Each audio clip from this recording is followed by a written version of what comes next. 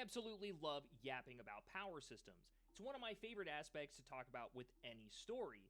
Testing the limitations of what that power system can create, how well is it laced into the narrative, is it able to display themes, does it show us something about a character that we can't see superficially? These are all really important aspects in making a good power system. I've actually talked about this quite a bit here on YouTube with my first video where I talk about the 3 laws of magic by Brandon Sanderson, as well as how do Haki, Nen, and Devil Fruits stack up against those rules.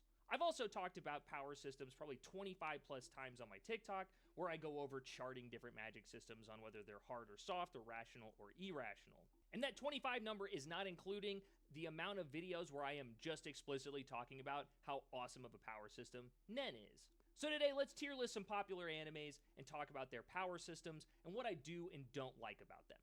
Alright, jumping into the tier list here, for the top tier we have As Good as Nen. In my mind, Nen is the best power system. I can hear an argument for stands, I can hear an argument for alchemy, I can even hear an argument for Witch Hat Atelier. But to me, I think Nen does something better than all of those other systems, and that is, it carries it from the very beginning all the way to the very end. Nen is as encapsulated as it needs to be from the outset of us learning about it to where we are right now on the Black Whale during the Succession War arc. The abilities we see now are abilities we could have seen then. That's not really something you can say about stands. Witch Hat Atelier, we're still learning a lot about the magic system. We, like Coco, fundamentally don't have a full picture of it yet. So, obviously the number 1 being Nen, we're just going to go ahead and drop it up there real quick. Make my life easy. Now, the bottom one is Cheeks, and then we've got A, B, C in the middle tiers. And to start off with a hot button topic, right away, we're going to get into One Piece.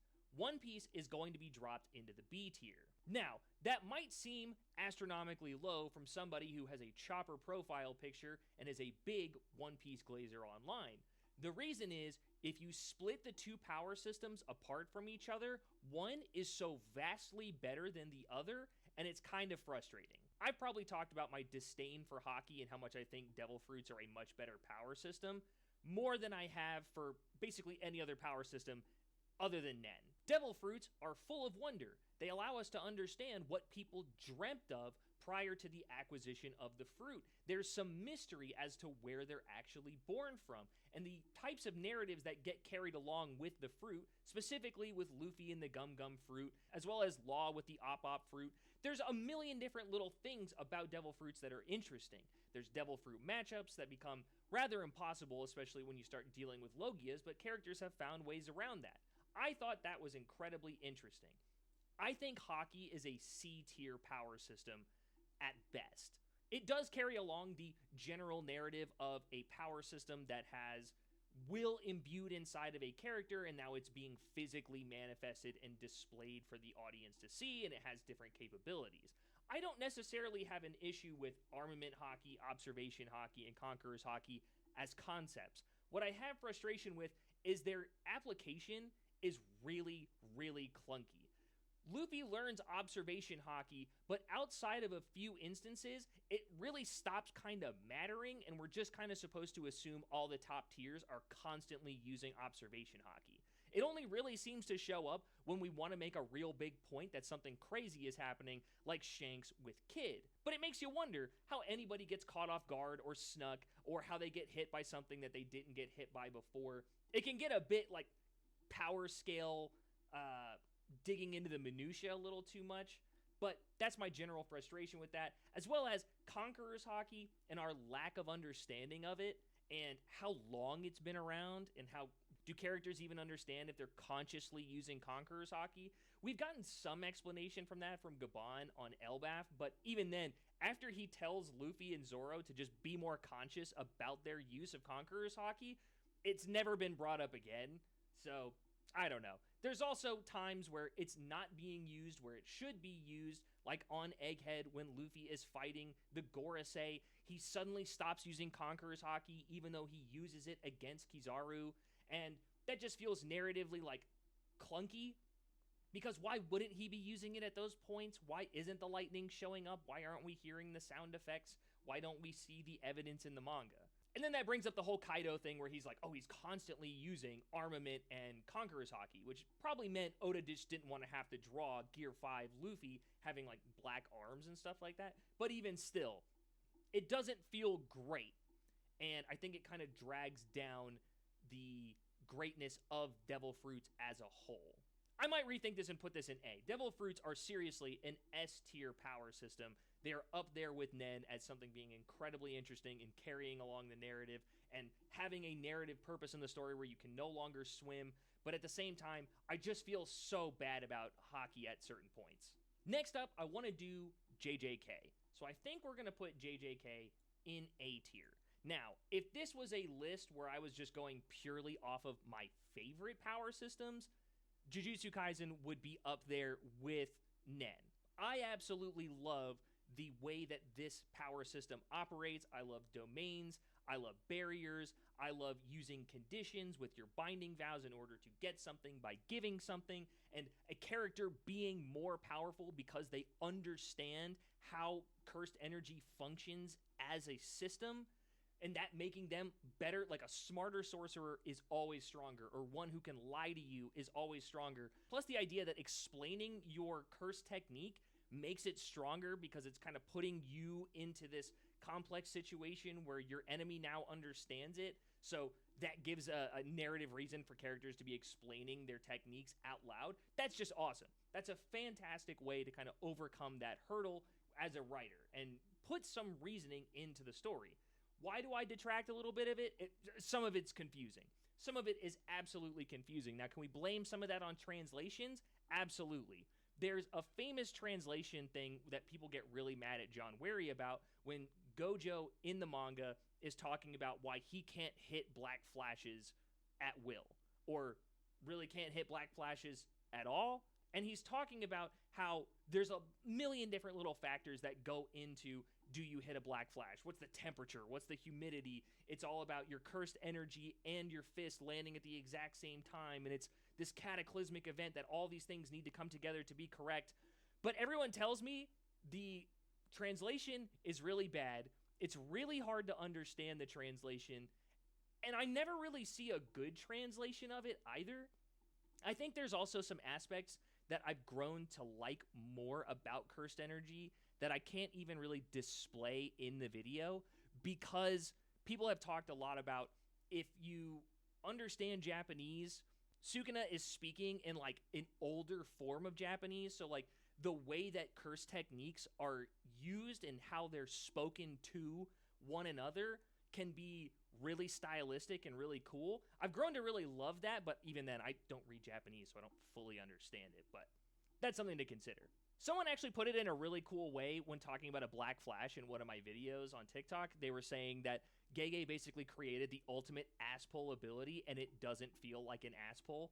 Like, it's the ultimate comeback mechanic, and it's not even something people complain about. Like, landing black flashes is always cool. All right, because I'm such a Togashi glazer, let's go ahead and rank Yu Yu Hakusho, which I'm gonna put at an A tier. Now, Yu Yu Hakusho is like an incredibly soft power system where the functions of each character don't really line up with the other. It really feels like it's Togashi just saying what would be cool with this character and what works with them as a character and how can I display who they are as a character. But the system in and of itself doesn't need to all wrap up into one thing. It's all basically spirit energy or demonic energy, and then how you utilize that is entirely up to you. Yusuke using the spirit gun. You have Sensui who can kick the spirit energy around. You have the demonic powers of Kurama and Hiei. It's all very cool and very of its time, where it doesn't need to be an explicit system with all these different rules. Yes, there's some limitations, like Yusuke can only use the spirit gun so many times depending on what part of the story that you're looking at. He eventually way outgrows his power ceiling when he goes to the demon world and finds out he's descendant of one of the demon kings. And then eventually Kurama and Hiei both go on to become extremely powerful in that same arc, but because of Togashi's back problems, we never really get to see that all come to fruition, which is a bit of a bummer. Yu Yu Hakusho's power system is also really cool because we do actually see the word Nen before Hunter x Hunter ever comes around. And then we also see what is probably a small bit of the inspiration for Bankai as well as domain expansions with territories. And Togashi dives in like to complexity right away. It's not just a territory where somebody gets like a free hit on you. No, we have to play games. Like Kurama has to play games against that kid in order to get out of the territory and release all of his friends. We jump into complexity right away. It's really just a fun power system at the end of the day where it all leads to, can somebody hit harder than the other person? And that's awesome. And I always love a story where hitting real hard is kind of at the center of it. All right, we've got Sword Art Online, and I'm going to go ahead and put it in a C tier.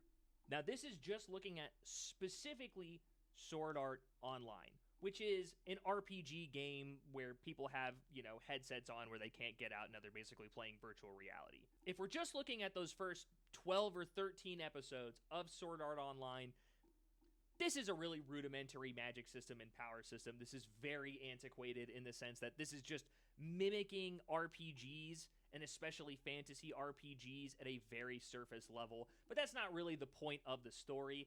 The magic system is just there to facilitate as the characters move forward throughout the story. They're just getting stronger. The sword turns a different color. The shield is big. Like, it's not really something that's all that special or unique or really delivers upon the story. This is no hate to Sword Art Online, though. I'm talking about the first 12 episodes. I still love Sword Art Online. I think there's a ton of meat left on that bone. I think that could be a 48, 50, 60 chapter or episode manga or anime where we go through almost every floor, we meet a lot more characters, and we see a whole lot more of that world. I'm actually more disappointed in the fact that that story wastes that world without really getting into it. I know there's some better seasons later online. I was actually kind of a fan of Gun Gale, but, Sword Art Online, I don't know if anybody ever talks about the power system of specifically that season. It's not really that special.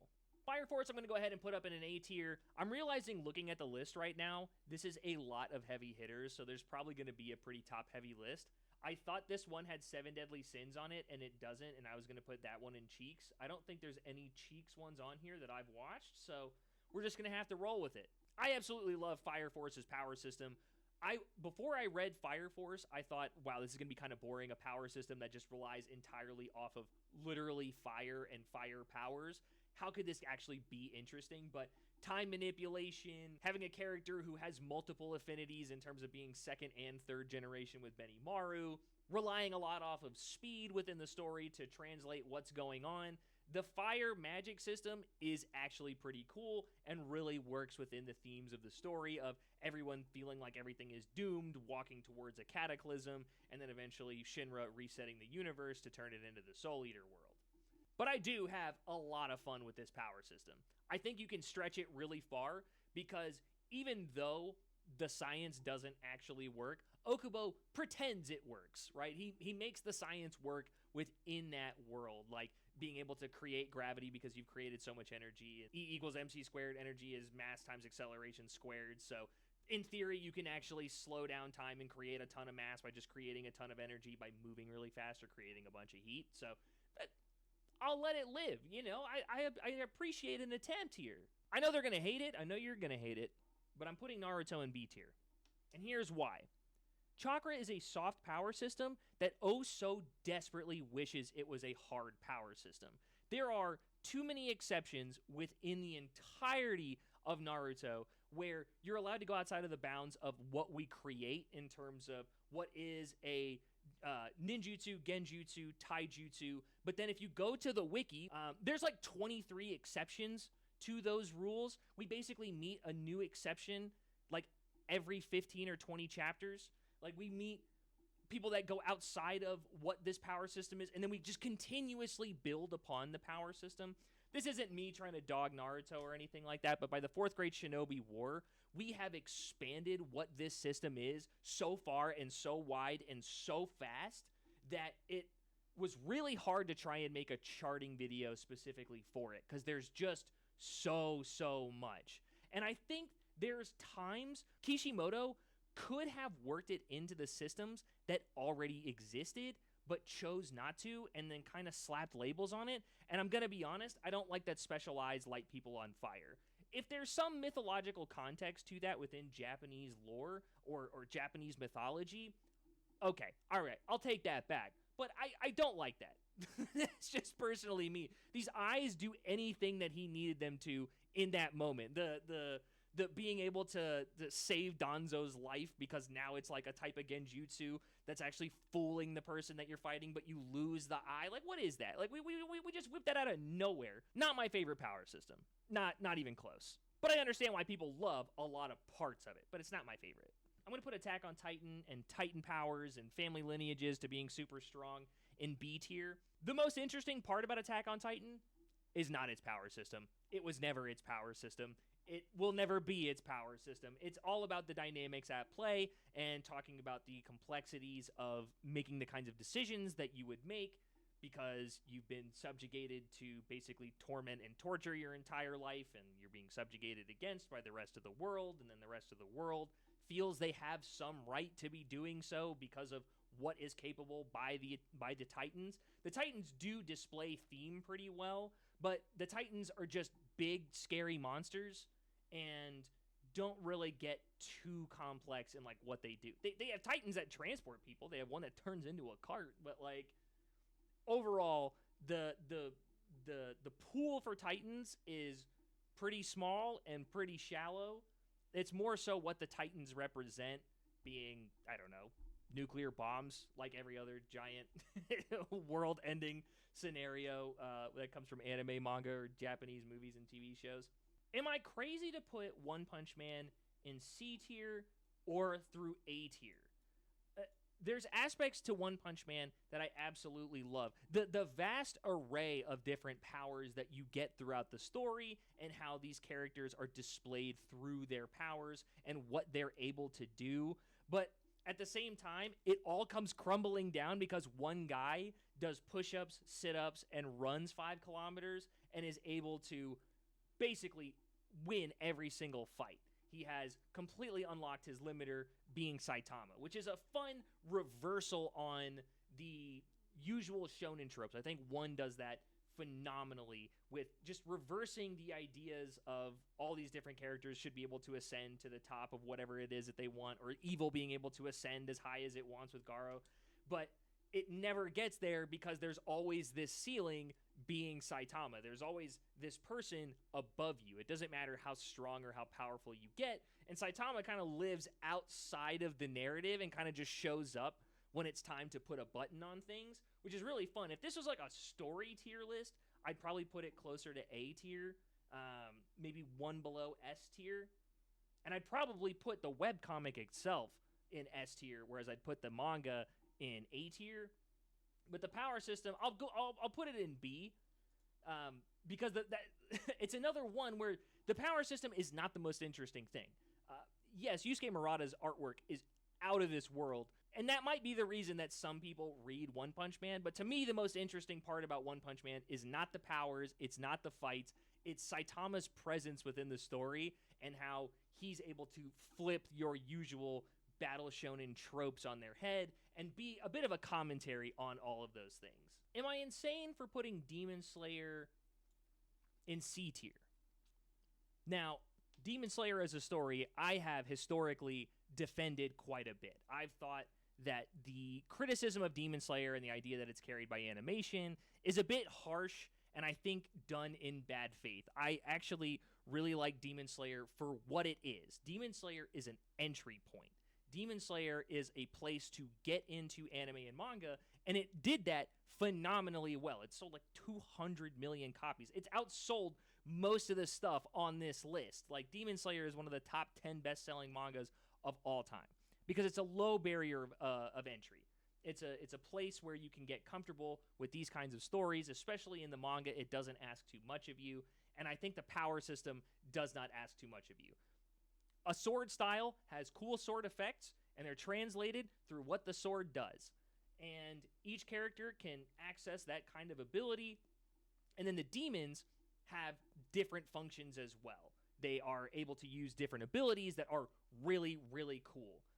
Especially with like the Infinity Castle ability, or the guy that they fight in the Infinity Castle first movie just being like super jacked basically and just being able to fight people with swords with his bare hands.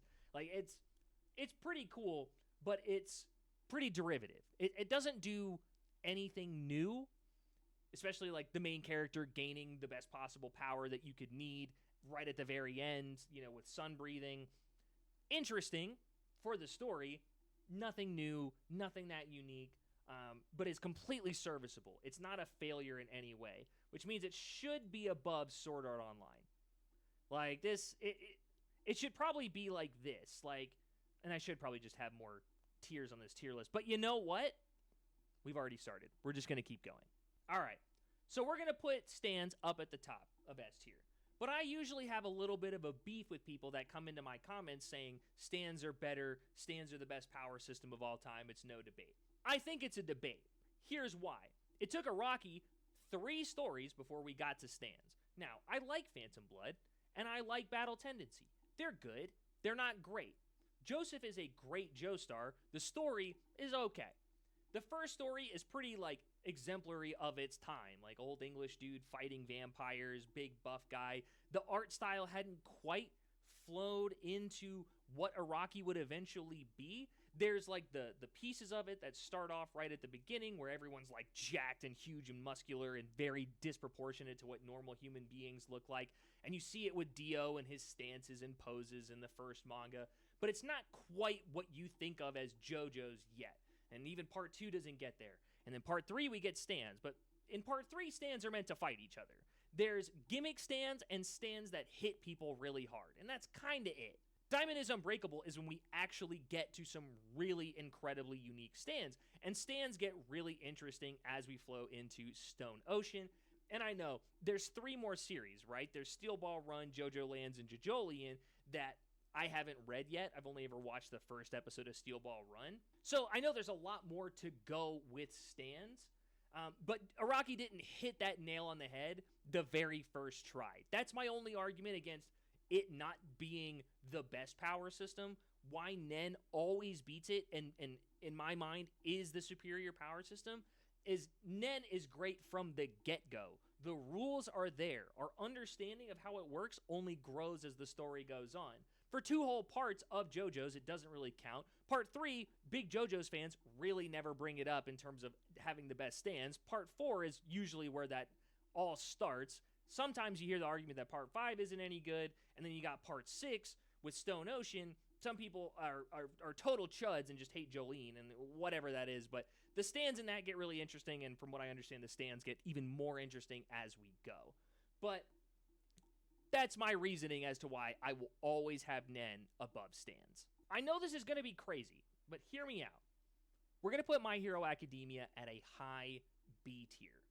Now, I'm putting it here because I think Horikoshi does the most with what he gave himself to work with. Quirks are really interesting, not because the powers keep getting bigger and more vast and start being able to blow up entire continents, but because he makes somebody that uses thread as their ability, being best genist, look cool.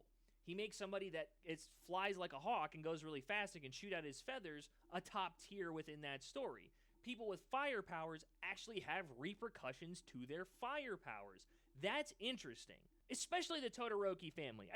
I have my beef with My Hero Academia in that I think it really falls short of having a solid critique over the fact that they basically use child soldiers in this world. But the Todoroki family, the abilities of fire and ice and the existence within both, and how Endeavor is an abusive father and just really wants like a child to have the perfect balance, and losing one of his kids and all of this stuff and scarring them, it all works really well. And the power system really delivers upon that theme and upon like the narrative presence of the Todoroki family. It doesn't work in every single one of them, but there are still really cool powers, staring at someone to cancel their powers out. You've also got Mirio, who can slide into the ground and fly out. Like, that's a really cool way to kind of use some trajectory, incorporate a little bit of science. I always love it when people try and justify their power system within the world and find a way to make it work, rather than just, like, manifesting stuff and saying it works because I say it works. So I give My Hero Academia a nice B. Chainsaw Man, we're going to put at a high A tier. Now, Chainsaw Man is over, so we're not going to get any more answers as to what was going on with the power system. We never actually understand fully what is going on with Pochita. We never really get all of the answers that we were probably all looking for when it comes to Chainsaw Man and its ending and the way that the power system works. And I can understand the frustrations with the ending of the story because it does leave a lot of questions unanswered, but I think the premise of starting from the same place, kind of like Jujutsu Kaisen with cursed energy, the negative emotions of people create something, and that thing becomes more powerful the more negative emotions there are. The perception of that thing changing and being different leads to different outcomes, like when Makima is talking about car crashes, and then we also have like an accident devil and how cars aren't really that scary, but a car crash devil would be very scary. And then you have devils being personified. You have devils that have come to life. So now they can put their finger on the scale to increase their power. This is like Makima's big thing, is like garnering and harnessing more power so that she can become more terrifying and become a better devil. And the same thing with Yoru as the war devil. By the end of the story, she's about as terrifying as she possibly could be, right up until Bugs can't die because the Death Devil is gone, and now there's too many bugs, and there's a whole lot of strong ones. And the terrifying nature of bugs, because you can't die, you're just blown to bits, but now you got bugs eating you. Okay. The whole thing really works really well. I think what keeps it from being in the Nen tier is that sadly we don't get some answers that I think we needed to fully grasp what the power system actually was. Who Pochita was, how do these other devils interact? I think especially towards the end of the story, we kind of slowed down with seeing a little bit more of the small time devils. They at one point they become weapons for Yoru. So I think there was a little bit more that we needed, but this is a Fujimoto manga. It was going to end out of nowhere. Anybody thinking we were going to get all the answers, I think, was being a bit naive. You probably haven't read Fire Punch. Bleach, we will also put in high A tier. I am not the biggest Bleach fan. Not that I don't like it, not that I didn't absolutely love while I was reading it. It just does not stick in my mind very much. I think the criticism of Ichigo having every different aspect be a part of him is a valid critique in the sense that it feels like every arc is there to justify explaining to us that Ichigo has access to all of these different powers, and like the journey he goes on with his sword narratively is really interesting. It's just not my favorite. And also, I think it's almost too vast for its own good. I think unless you're a big Bleach nerd, you could not explain Ryatsu to me. You could not explain the entirety of, unless you're somebody. I have a couple of mutuals on TikTok. They talk about Bleach like people talk about One Piece all the time. They talk about Bleach all the time, and I think those are the only people on the planet that could actually read back to me and help me understand what is actually going on with the Bleach power system, how it's like separated based off of like being a Hollow, being a Soul Reaper, being a Quincy, and like all the different branching paths that all of these different characters have within that set of powers, and then like it all starting from your spirit energy, your Ryatsu, and then like kind of flowing into you, and then like the different aspects of all the swords, and like creating a Bankai, and like all this stuff. To me, I think it's like a very vast and wide pool and very deep, which is awesome. It's not personally my favorite, but I think it is one of the best power systems if you're willing to spend that level of time with it. I think people probably had that same criticism of Nen. I've just spent all that time with Nen, and Nen is just incredible. You know what? Maybe we'll put Bleach above Chainsaw Man. We'll give it that. But the only people here, okay, so here's the reason I'm putting it at top of A tier rather than up with as good as Nen. The only people I know that rate Bleach as good as Nen or as good as stands within JoJo are Bleach fans. You can talk to people that aren't even Hunter x Hunter fans. They're going to tell you Nen is one of the best power systems. And you can see the same thing with stands, like with JoJo's. Like people who don't even like JoJo's that much are like, yeah, stands are like considered one of the best power systems of all time. I feel like and correct me if I'm wrong here, I don't really see that a whole lot when it comes to Bleach. All right, Ki. We're going to go ahead and put Ki for Dragon Ball Z at the top of B tier. It is a foundation. It is like one of the pillars of your will being manifested physically to be seen by the audience and creating transformations and changes and upping your power. And I absolutely love it at the end of the day because it's still punch real hard, but its parameters, its constraints, and things like that aren't super well defined, and they don't really need to be. I think the story kind of addresses that early on when it comes to scanners and how, like, perceiving any of the abilities of Ki through numbers is kind of a waste of time because people can always get stronger and overcome things and overcome obstacles.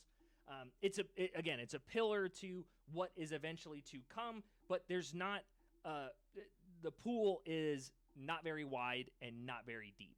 It's pretty shallow in terms of like all the different elements of it. It's yell and get stronger, get more hair, but you punch way, way, way harder. I think the villains are more interesting with Cell and Boo and the androids than Saiyan power system in and of itself is. All right, so we have to put Alchemy from Full Metal Alchemist and Full Metal Alchemist Brotherhood up into As Good as Nen. But I think there's an interesting element that doesn't really get brought up. When I talk about hard and soft power systems online, people are always talking about Alchemy as a hard power system. Alchemy is a really fun example of a hard power system to the characters, a soft power system to the audience. Because we don't know the fundamental aspects to each and every part of creating alchemical spells, we don't actually understand their limitations. We rely off the characters and the story to tell us the limitations. This actually happens in Frieren too. This is not a completely abnormal thing. It's actually a really good way to have the limitations of a hard power system without having to like explain each and every aspect of it like you do with Hunter x Hunter, with Nen, with having to show charts and affinity percentages, as well as the different applications of your aura. That would be a lot to do in Full Metal Alchemist, which is not a story that wants to spend the entire time explaining alchemy to you.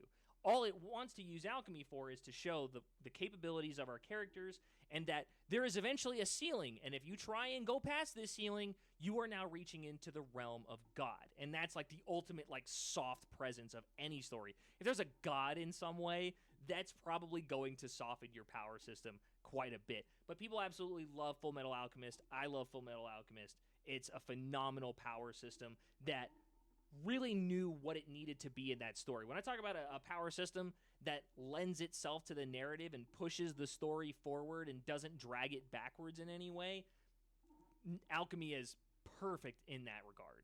And the last one I'll do today is Mob Psycho 100. Now, this is another one property. This is also another story that's not necessarily super interested in what these abilities actually are. So, like, the telekinesis exists within this world, and there are people with telekinetic powers, and there's different applications of these telekinetic powers.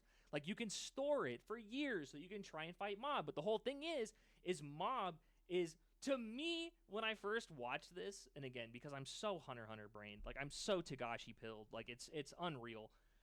To me, when I first watched Mob Psycho, I was like, this guy's in a condition, he's in a Nen condition where he is always the strongest telekinetic user, but it comes at the limitation of everything else. Everything else in his life has to be bad at. But in that trade, he's always the strongest telekinetic user. Which is kind of like what the theme of the story is that like there's always somebody better than you at something. Everybody's better at everything than Mob in everything other than telekinesis. But Mob knows the presence of telekinesis within that world and knows that you have to, like, he has to be the thing that separates people from the ego that is created by being strong telekinetic users. I think it's really interesting. So looking at this list, I'm pretty happy with where we ended up, right? With Nen as the top power system, because it is. JoJo's right there behind it at second, Full Metal Alchemist at third. We have Bleach and Ryatsu up at the top. Chainsaw Man, which would probably score higher if we had a more rounded out ending when it came to the power system. JJK with Cursed Energy, absolutely love that. I didn't even need to bring up Mojulo. Yu Yu Hakusho, again, Togashi pilled out the wazoo. You know, there's probably a list around here where, you know, that's top of B tier. And I couldn't argue with you, other than that's the thing that got me into anime and manga, so I'm gonna rate it pretty high. We've also got Fire Force with our pyrokinetic energy, Dragon Ball Z with Ki, My Hero Academia with quirks, One Piece being dragged down because of hockey, but really should be up at top of A tier or low S tier for Devil Fruits, Naruto with chakra and it exploding during the 4th grade Shinobi War and introducing, in my opinion, too many elements. Attack on Titan. The Titans really aren't the most interesting part of the story. The power system never was the most interesting part of the story. I say using ODM gear and Levi, just wasting Titans is way cooler.